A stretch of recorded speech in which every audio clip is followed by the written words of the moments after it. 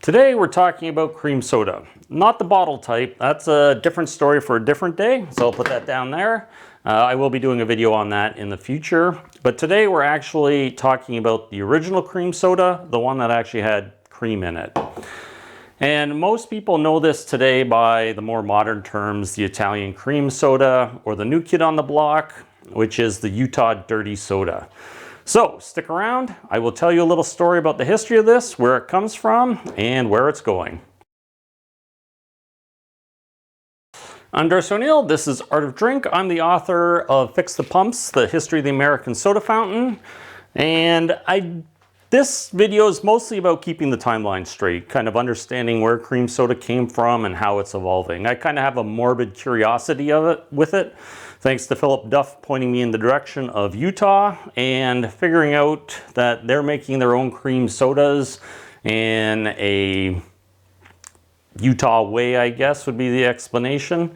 But let's talk a little bit about history. The cream soda, in ads, it goes back to about 1856. So that's where the first ad for ice cream soda comes from. Now, to understand why it was called ice cream soda, in reality, it was just cream. And then they froze it. Now, in the 1850s, 1860s, refrigeration didn't really exist, or it was in very large mechanical buildings. So they got their ice from lakes. Now, at the time, sanitation and plumbing wasn't that great either, so a lot of raw sewage went into lakes. And pharmacists, being pharmacists, kind of stayed away from the ice in drinks routine because of cholera and all the other waterborne illnesses. It was a well-known fact that drinking the water was not a good idea, and ice was just the water. If they wanted to make ice, what they'd simply do is add salt to the ice and then freeze more water. But then they discovered that just kind of dilutes the drink. So what they did is they actually just froze cream instead. So literally just froze cream. So they called that ice cream. Now they did have traditional ice creams with eggs and sugar in it, but the idea of frozen cream was just to chill the drink. Instead of putting ice in a drink, which had no flavor, you'd freeze some cream, usually about 18% fat, so not double cream, just regular cream. And then you just put it in the soda and it would melt in the soda, but it would also chill the drink. So that was the original purpose of cream soda. And early on, they called it ice cream soda. Slightly different than what we think about today, because an ice cream float is what we generally think, so different flavored ice creams. But the very original ice cream soda or cream soda was just frozen cream. And obviously it eventually evolved, and in about 1874, Robert Greene in Philadelphia came up, and he's kind of credited with popularizing cream soda. There was an event in Philadelphia, and he served it, and it became wildly popular, and all the pharmacy magazines picked up on it, or journals, and it became a standard thing at the soda fountain. Now, they did have cream sodas where they just basically took a glass, put in their soda, and then poured cream on top. Now the one problem with that, and I will show you, so this is just Coca-Cola syrup.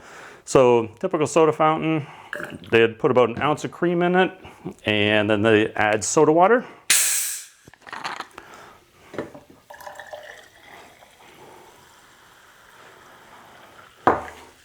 Now, if you do this carefully, you can float it on top.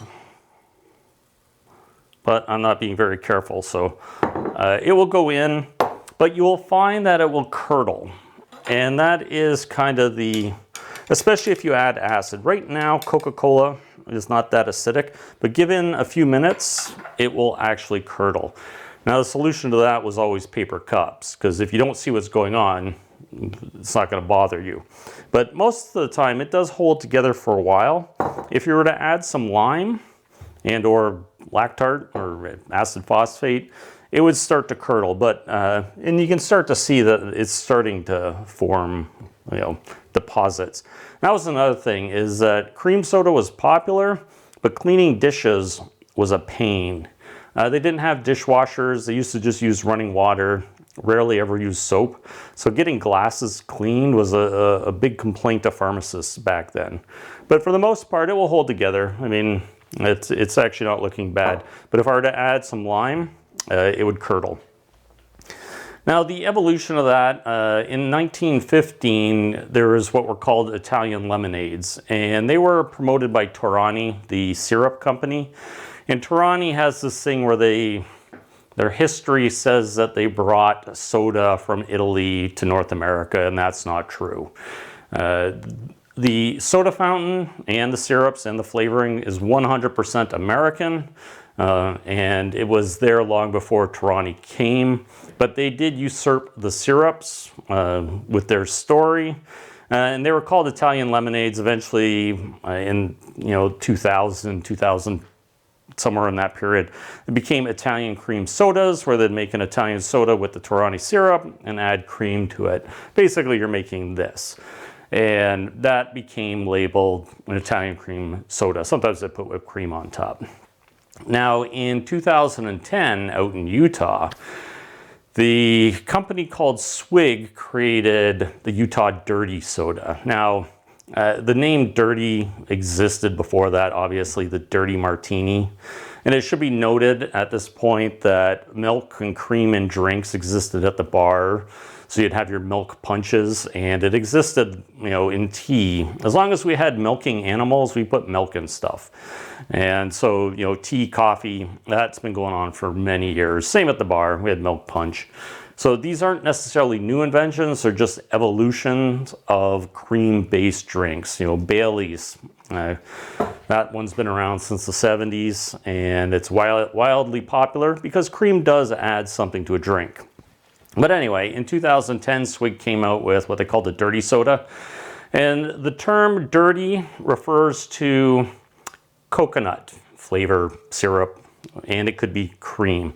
It's a little bit confusing because another company, I believe it was Sodalicious, used the term dirty to refer to just cream. And Swig used it to mention coconut syrup. So not sure whether it's coconut cream, coconut syrup, but it's basically you're making a dirty version of a soda. So let me show you how they do that. Now, they use pebble ice. I'm sure Camper English has some comments about pebble ice, but that's the preferred ice. I'm old school, just having written a book on the history of the soda fountain, where ice just makes a drink flat. It takes out a lot of the carbonation. So what I do is, typically, if I'm doing drinks, I chill my glasses, chill my syrups, and I make sure my soda water's as close to 0 degrees or 32 Fahrenheit as I can get it. And when you chill the glass and all of this and keep it close to 0, your drink will stay cold for about 15 minutes. So there's this idea of, if people love ice and it's mostly filler, but at the old soda fountain, they never put ice in the drink. So I will show you how to make it without ice. Now, typically, they have all sorts of weird names. Not necessarily weird, but these Utah dirty sodas and the Utah soda fountain scene is kind of like part candy store, part soda fountain, run by high school Mormon mixologists. And it creates this really unique and weird thing, something I'm slightly fascinated with. I don't actually like the drinks too much. I find them quite sweet because they basically take something like a Dr. Pepper and they will add it into a drink or into a glass. And then they will add coconut syrup if you want it dirty. And they usually use 1/4 to 1/2 ounce for a 16-ounce drink, sometimes up to 1 ounce of syrup. Though I suspect that's more for the larger drinks. But based on what I've seen, you can see that it's 1/2 ounce to 1 ounce of syrup in a 16-ounce drink. You'll notice that these syrups, these coffee syrups, do not mix with your soda. So you can see a little layer there. Now, what I would normally do, if you stir this, it's going to take out all of your carbonation. So usually what I would do is set that aside here for a second. Let me do a demonstration. Put in a little soda water, about an ounce. Then you add your syrup. Now you'll often see in my other videos, I'm always talking about 3-to-2 syrup. And the idea with 3-to-2 syrup is that if you add it to a drink, it will mix. So this is basically what we're doing is you're going to take the carbonation out of the small amount, but you're going to thin the syrup enough that it's not going to stick to the bottom. And it does take a while on some of these syrups because they have commercial thickeners in them that make it, I guess, you know, viscous. People think there's quality in it, but it just becomes a pain to stir up. And then if you were to take your soda,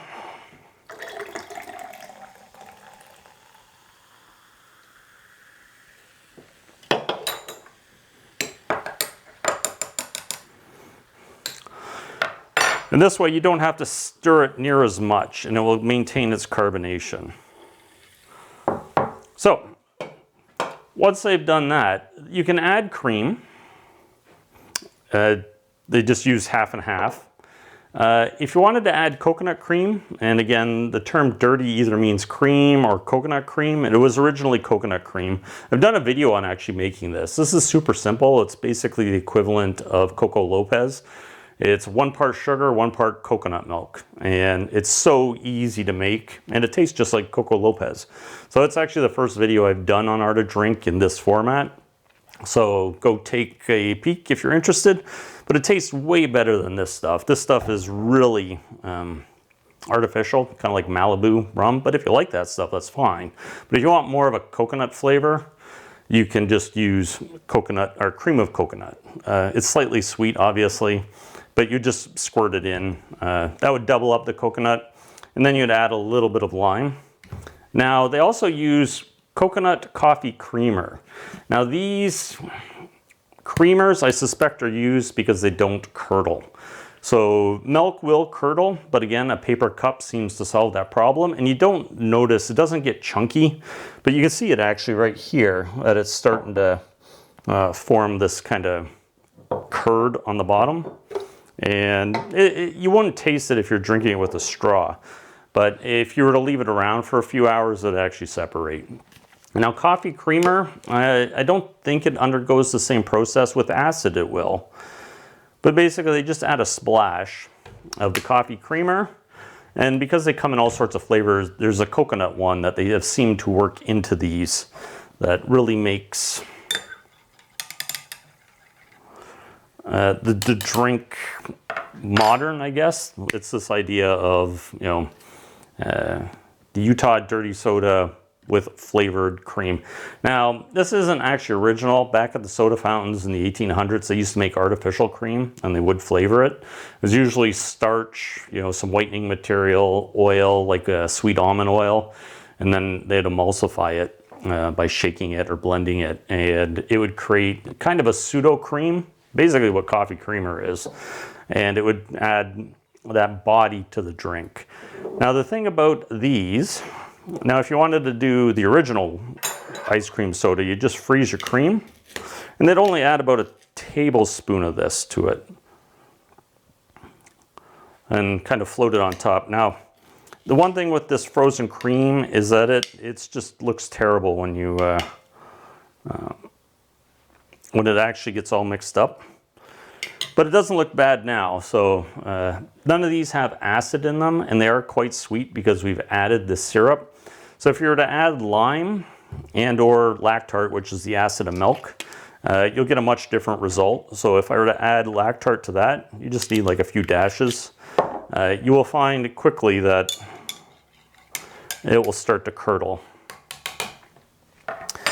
But in a paper cup, nobody notices. It doesn't actually get chunky flavor-wise, so you can see the whole thing curdling really quick as soon as you add acid. It happens with lime juice too. But the idea is paper cup hides it. You don't actually taste the separation. It's not like it's chunky. It doesn't come out like cheese curds, but it does. It's not something you want to serve in a clear glass if you decided to offer these at a bar. The original soda with the float on it doesn't look bad. If you're doing an ice cream float, there's so much ice cream that you can't really tell about the curdling. So my general recommendation is these are too sweet for me. Anybody who follows me in the cocktail world will realize they are really, really sweet.